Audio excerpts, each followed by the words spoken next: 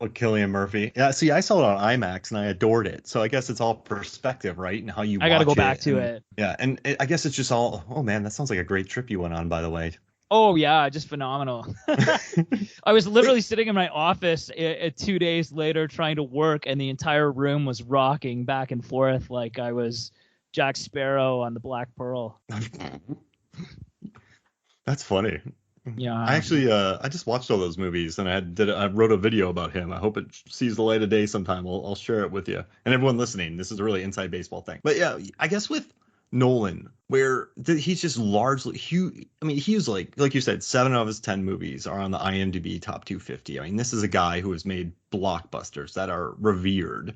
And I guess there's always a blowback to directors who make those kind of movies. And so I think The Dark Knight Rises kind of opened the door a little bit for that. And yeah. then, Dunkirk, people are like, I didn't like it. But I mean, it's more of like a score. It's more about the mood. It's more about the feel. It's more about making you not catch your breath. And then Tenet, which I don't know, man. People said that they couldn't. Maybe I was primed for this, but when I watched Tenet, I just paid attention. And like Antonio Banderas in The 13th Warrior, he just listened. And I heard what people were saying.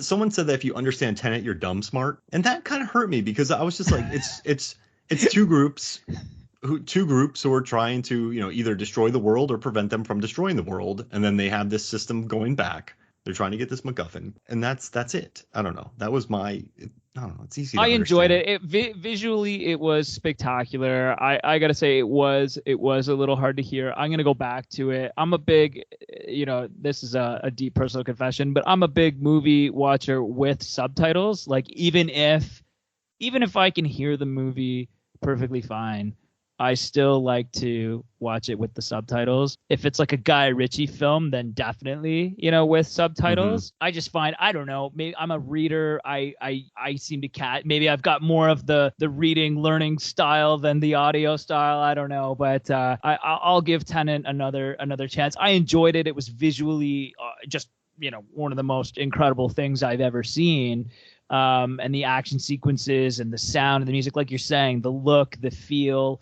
I love that about Nolan's films. But to dig more into the plot and into a little bit more of what was going on, I All right, so what are your favorite parts of this movie? Like what moments do you love the most in The Prestige? And this is a tough one because when I told people I was doing this, they're like, "Oh, can I be a guest? Can I do this?" And then reading about it, knowing about the 8.5, the millions of uh, uh, just this movie's almost impossible to talk about in one episode. I think you'd almost need to do a minute by minute to give it justice.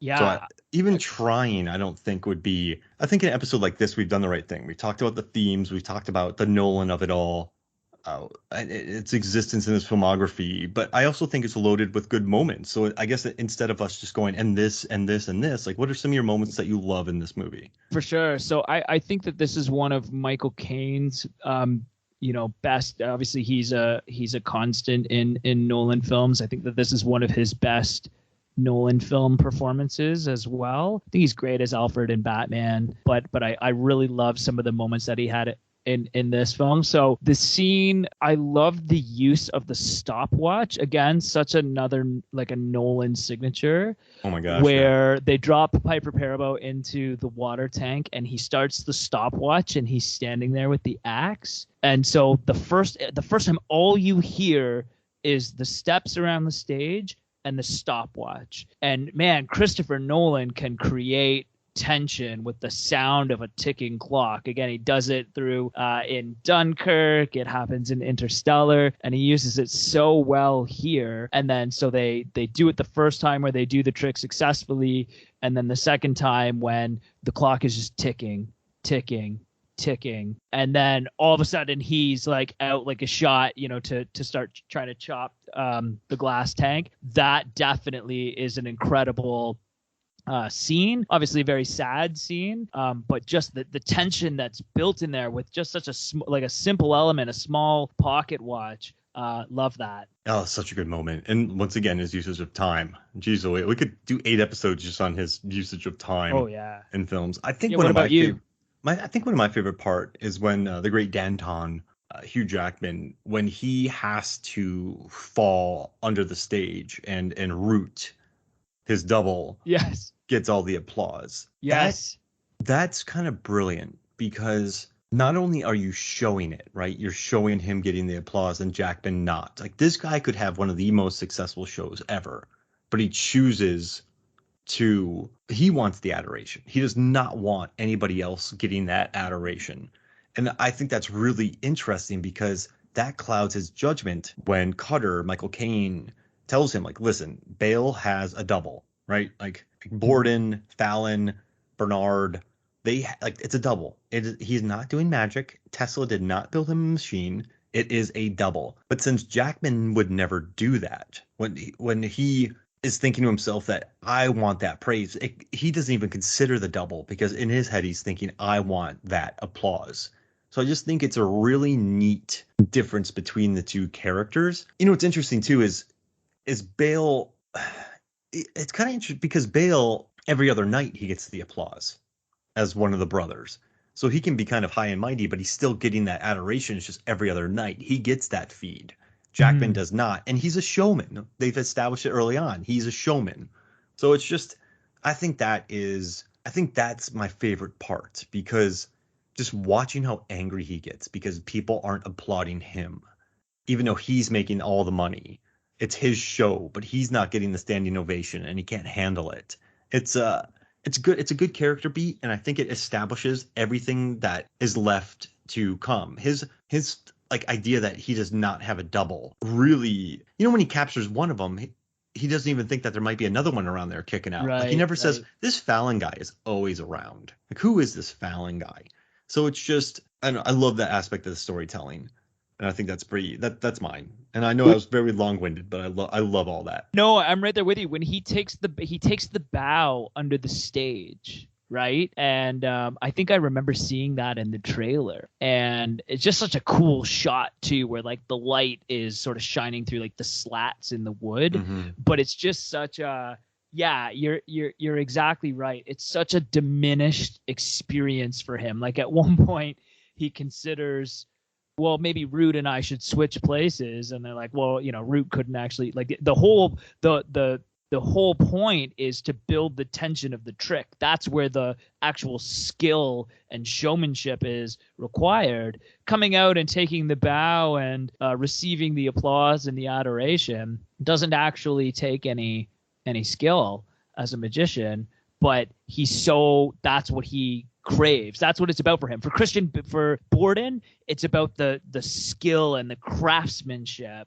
And so that I agree with you. Like that moment perfectly encapsulates the dichotomy between those two characters. And also, I think.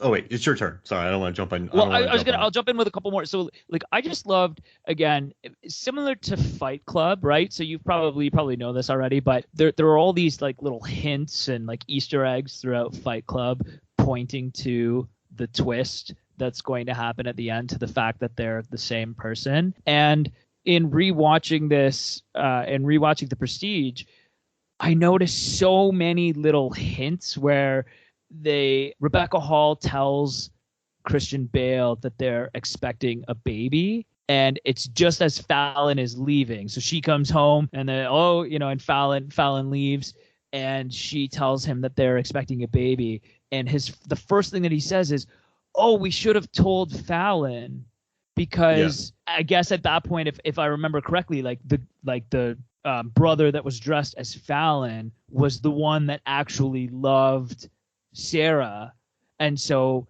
he tries to sort of be like enthusiastic about the fact that they're expecting a baby and like doesn't do a great job selling it to her. And the fact that his reaction was like, "Oh, we should have told Fallon," like that was such a cool little hint. I also would say it's the brother. Yeah. I would say too, the how could he not know which knot he tied? Such a cool moment. Yeah. And that's such a crazy place to have a funeral, eh? Like that shot of the beautiful. That was such a strange little set that they had. Kind of modern too, right? It wasn't a Victorian graveyard. Another Nolan keeping it modern, keeping it more. Yeah, I love the look of that. And so why doesn't he know which knot he tied? Is it because one brother tied the Langford double and he feels guilty about it, and so he doesn't want to admit to the other brother what he did. Like, why doesn't he know which knot he tied? Oh, I think there are some holes, right? Like why doesn't he just take out his clone of the tank every night as opposed to making all the different tanks and transporting them, Right. right? I Yeah. know you know why because it makes an awesome visual at the end. But Yeah. it's there are moments where you say that, and I guess what we have to believe is that the brother lied to him, or like I don't remember. So then he doesn't Yeah. know. Yeah. Yeah. He But just won't admit it. Yeah.